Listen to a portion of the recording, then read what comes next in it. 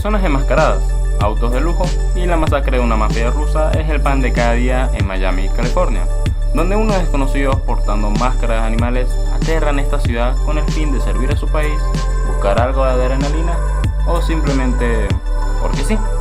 El día de hoy vamos a hablar de uno de los juegos que me ha cambiado el punto de vista hace unos años respecto a la violencia en los videojuegos, y ya que está en su 10º aniversario, vamos a hablar un poco sobre mi experiencia con Hotline Miami.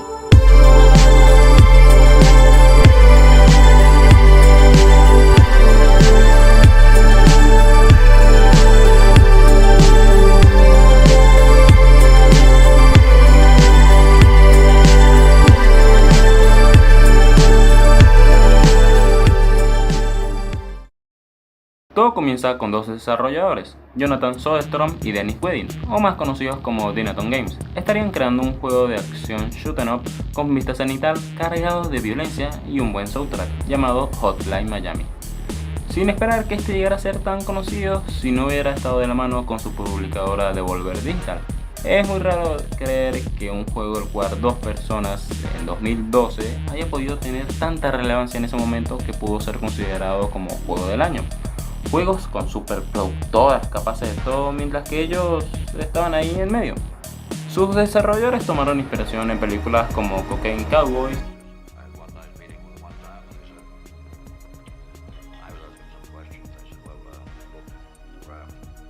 o Drive de 2011,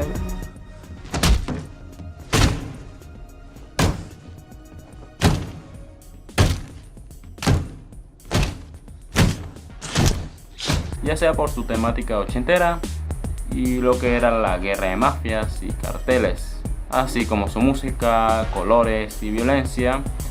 Y aunque sus creadores tenían la idea de hacer el juego más violento posible, es un poco difícil decir eso por sus gráficos, pero para ser honestos, creo que era más que suficiente para saber qué era lo que sucedía.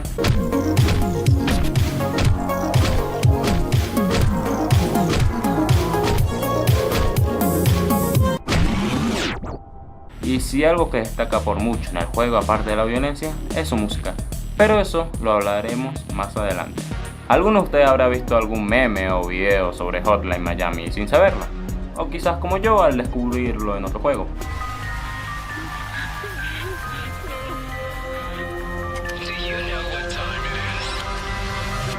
Así que para empezar, expliquemos la historia de Hotline Miami 1. Después de un corto tutorial, nos encontramos en una sala con tres enmascarados, uno de un caballo llamado Don Juan, el cual nos trata con cuidado, otro de un búho llamado Rasmus, que siempre nos ve como basura, y el último de gallo, llamado Richard, y este es un completo misterio. Y posterior a una pequeña bienvenida, Richard nos dice que si recordamos algo el 3 de abril. 3 de abril de 1989. Despertamos en un departamento desordenado, con un mensaje en la contestadora diciéndonos que nos dejaron un paquete con 10 galletas, pero en realidad era una máscara de gallo con una dirección y objetivos. Y sin quejas, nuestro protagonista Jacket se pone en acción haciendo lo que le ordenan.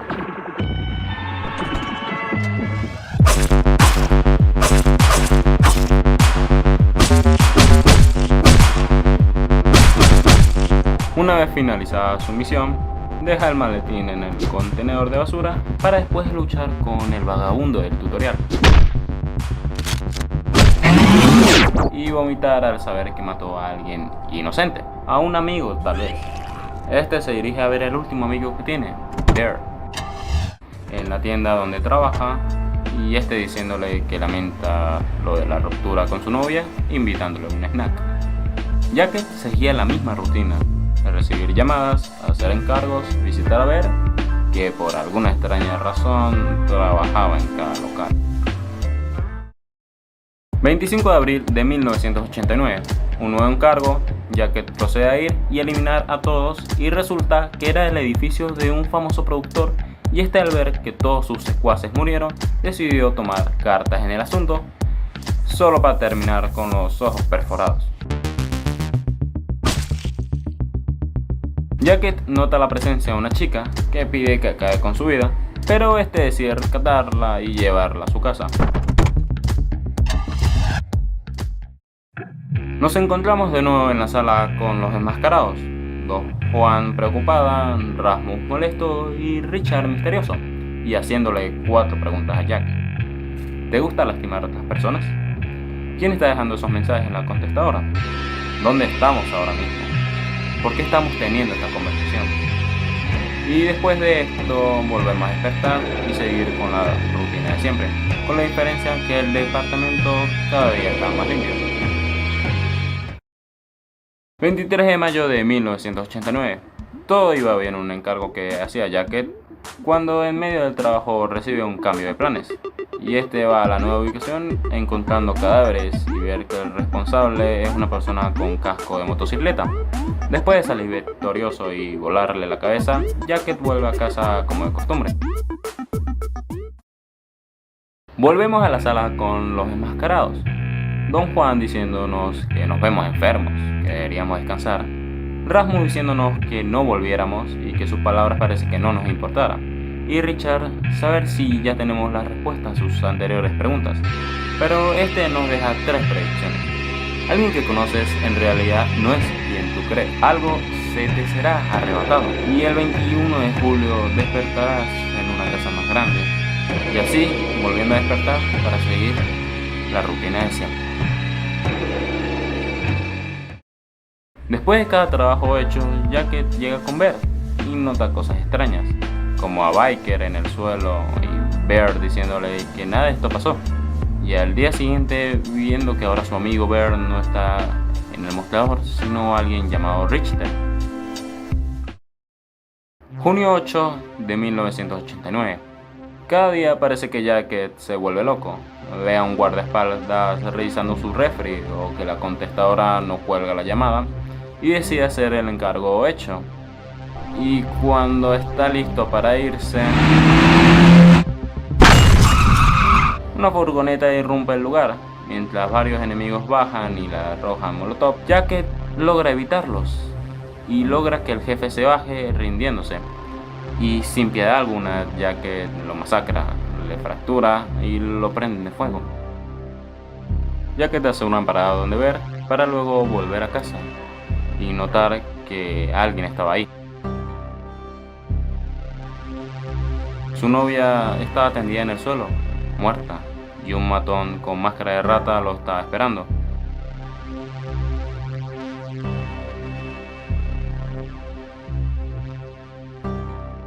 Y si tanto show, decide acabar con él.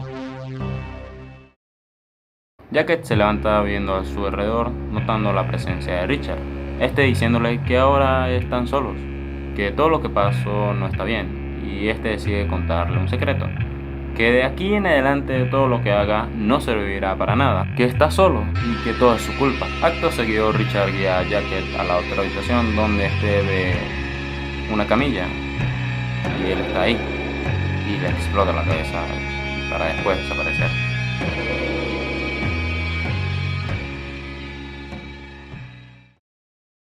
...21 de julio de 1989... Jacket despierta en la camilla y decide huir. Sabe que lo interrogarán y que debe encontrar respuestas de lo que pasó. Una vez fuera del hospital, este va a su departamento, que está a patas arriba, para ponerse su ropa e ir a la comisaría para poder encontrar al culpable.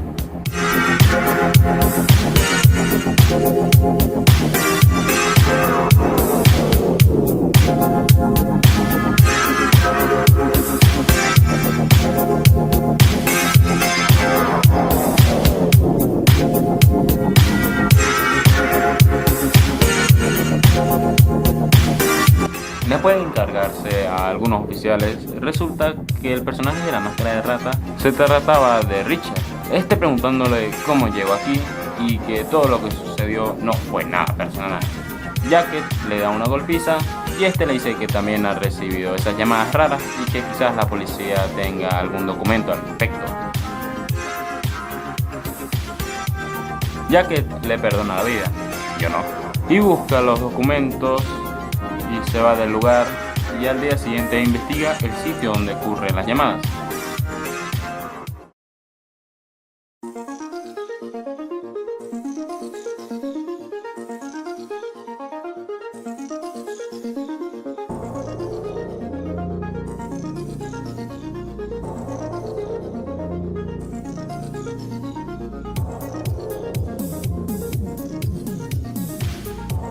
Este, al ver que no está más nadie que el asistente y este se siente intimidado, decide traicionar a su jefe diciéndole dónde vive, pero eso no le va a salvar de ser brutalmente asesinado por Jacket.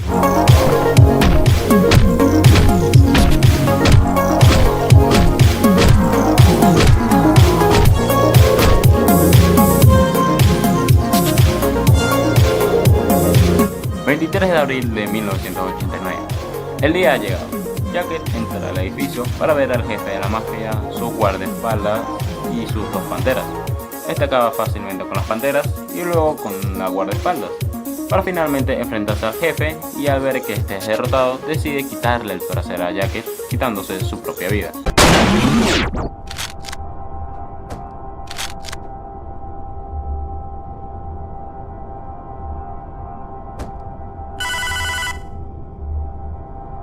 Una llamada llega. Alguien no puede dormir, hace mucho ruido, dicen del otro lado. Jacket toma el arma del jefe y sube por el elevador, encontrando quien sería el padre del jefe de la mafia. Este pregunta si está por negocio, pero prefiere saltarse los detalles. Ha hecho muchas cosas malas y que termine de hacer el por qué está aquí. Y así, Jacket jala el gatillo.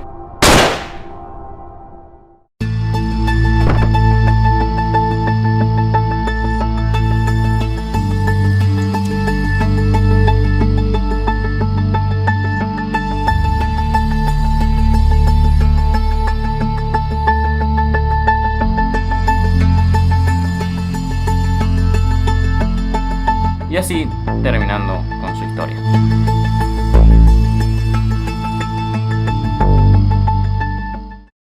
Fácil de entender, ¿verdad? Mi experiencia con el juego quizás sea como cualquier otro que empezó a jugar. Aunque la historia pareciera simple al principio, no sabrás qué está pasando o por qué. Tanto así que deberás buscar videos explicando la historia lo mejor posible. Y la historia de Jacket no es la única, también tenemos la de Biker, pero solo nos explica el por qué están recibiendo esas llamadas y por qué. Y no se trata más de unos simples conserjes que buscan una América libre, y la mejor forma es contratando gente que lo haga por ellos y ya. La primera vez que juegas Hotline Miami estarás perdido, sin saber nada o qué está ocurriendo. Solo haces lo mejor que sabes hacer: matar. Cuando conoces a la novia ya tienes al menos un motivo para sentirte mejor, hasta que te lo arrebatan y solo quieres venganza. Originalmente Richard no muere, pero yo lo primero que hice cuando lo enfrenté fue dejarlo sin vida. Y ya aliviado de haber hecho eso, termina todo con Jacket asesinando al jefe de la mafia rusa y su padre, para después jugar con Biker, pensando que todo acabó, y no es así. Toca jugar con un personaje que no te deja hacer lo que quiere y tiene el por qué hace lo que hace. No como Jacket, que cuando empezamos a jugar vemos que es una persona callada, sin metas, y solo le gusta comer pizza y matar mafiosos. No hay nada con lo que podamos simpatizar con él, ya que simplemente no hay. Y solo nos queda que nosotros como jugador tengamos el motivo por el cual él haga eso. Cuando estemos jugando un nivel, nos veremos en un trance donde la música, la sangre y los combos en cadena es todo lo que queremos ver y oír. Músicas como Paris, Hydrogen y Inner Animal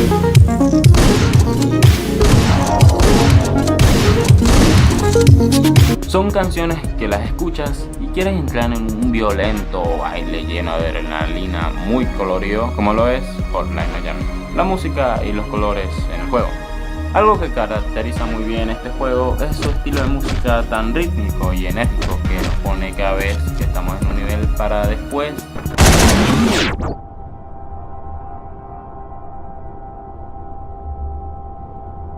quedar en un silencio algo vacío y sombrío, en donde la música se ha detenido y tenemos que ver toda la masacre que hay en nuestro alrededor, sin que nos diéramos cuenta, ya que estábamos ciegos por los colores o la música del juego. Si bien al despertar en un hotel tienes una música de estar fumado y pasar a algo enérgico, a algo tranquilo, hace que el juego te haga olvidar todo lo que en verdad estás haciendo y simplemente lo sigas haciendo. Y no solo es la música, el fondo del juego cada que eliminas un enemigo se vuelve de un color rojizo y pocas veces notamos eso.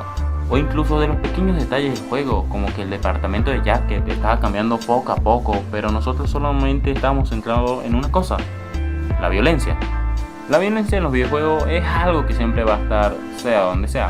Mortal Kombat fue el comienzo de todo, y ahora tenemos juegos como Call of Duty, GTA, God of War, Counter-Strike y otros más que no recuerdo.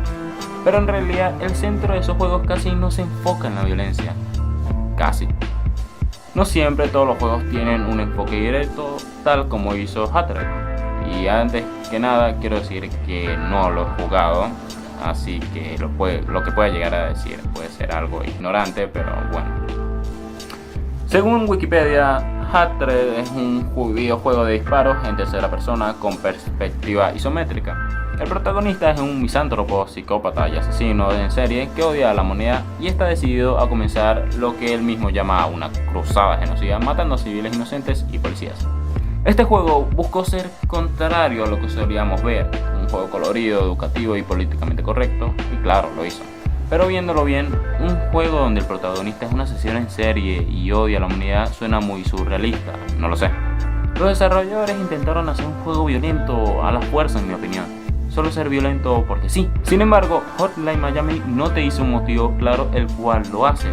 Apenas inicias el tutorial te dicen cómo funciona todo, probando con unos mafiosos en una sala, y después te lanzan a la acción, probando lo aprendido. Pero nunca te dicen la razón para hacer todo esto. Simplemente recibes llamadas, vas al lugar y matas a todos y ya. Nunca te dicen los detalles, ya que los debes cubrir tú y te debes dar cuenta. Pero estar tan centrado en el juego no lo notas, lo pasas por alto. El juego da en el clavo con la pregunta: ¿te gusta lastimar a otras personas? Que sabes perfectamente que se refiere a nosotros y no a Jacket. Y le terminas dando muchas vueltas a las preguntas si de verdad nos gusta o no ver sufrir a otras personas con nuestras manos. Y el juego logra muy bien meterse en tu mente. Pero nos damos cuenta de dónde estamos parados. En un mundo donde todos esos pensamientos violentos que tenemos no podemos hacerlos, ya que está mal y lo sabes. Razonamos sobre la pregunta diciendo que no, aunque de verdad quieres decir que sí. Pero no podemos porque simplemente está mal y no es lo correcto. Por eso jugamos Hotline Miami. Entramos en un mundo donde controlamos a un psicópata sin motivación de nada a ir a un edificio, a asesinar banda de mafiosos sin miedo a morir al ritmo de la música y hacerlo una y otra vez, de formas distintas y maneras, porque nos divierte y lo disfrutamos. Es como lo que podríamos llamar un arte macabro. Somos un artista que ilustra sus más viles pensamientos en este lienzo llamado vida. Pero si tomas un pensamiento irracional, creyendo que eres invencible y te gusta la violencia, el juego te deja claro que está mal en su secuela, ya que todos como Jacket tienen su mismo destino.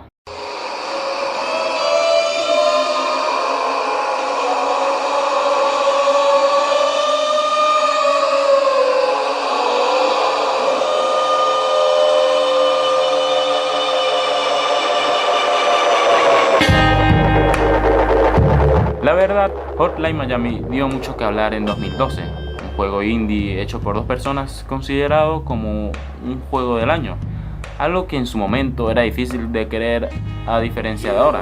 Un soundtrack memorable junto con su jugabilidad y historia que te dejaría con más preguntas que respuestas y solo querías más de lo que viste. Y no se hizo esperar con una secuela llamada Hotline Miami Wrong Number. Mucha gente sigue esperando una tercera parte y la verdad es que yo también, pero no parece algo posible ahora mismo en 2022. Hotline Miami fue uno de mis juegos favoritos del año pasado y no puedo negar que aún escucho su música ya que es muy pegadiza. Me hizo dudar un poco sobre mí mismo y la violencia, pero preferí que no. Sinceramente recomiendo probar Hotline Miami aunque haya pasado más de 10 años de su estreno. Y tenía preparado este video desde la primera vez que lo jugué. Agradezco a todos los que llegaron aquí viendo este video, ya que de verdad le he puesto el corazón en hacerlo. Poder hablar, en mi opinión, un juego que me marcó y agradecería que lo apoyen mucho y quizás haga un video de su secuela. Y bueno muchachos, no quiero hacerles perder más su tiempo, así que sin más nada que decir, adiós.